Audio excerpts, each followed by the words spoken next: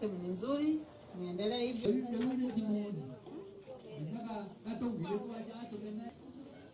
Distribution imeisha. Vijana sasa wako ndani zaidi sababu ya hii mtambo. Hawaendi kupiga kelele ati maziwa yangu imepotea, pesa yangu imepotea. Kwa hivyo hii mtambo imetusaidia zaidi. Siku hizi hakuna mtu anasema anaibiwa na society, hakuna mtu anasema anaibiwa na pota.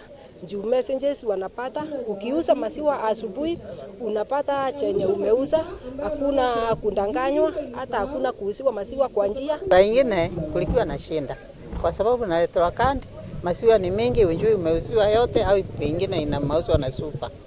Lakini saa hii kwa sababu ya hii zao kwa mashinani imetusaidia sana kwa sababu unaangalia kandi, unaangalia simu, unaona umeuza maziwa gani.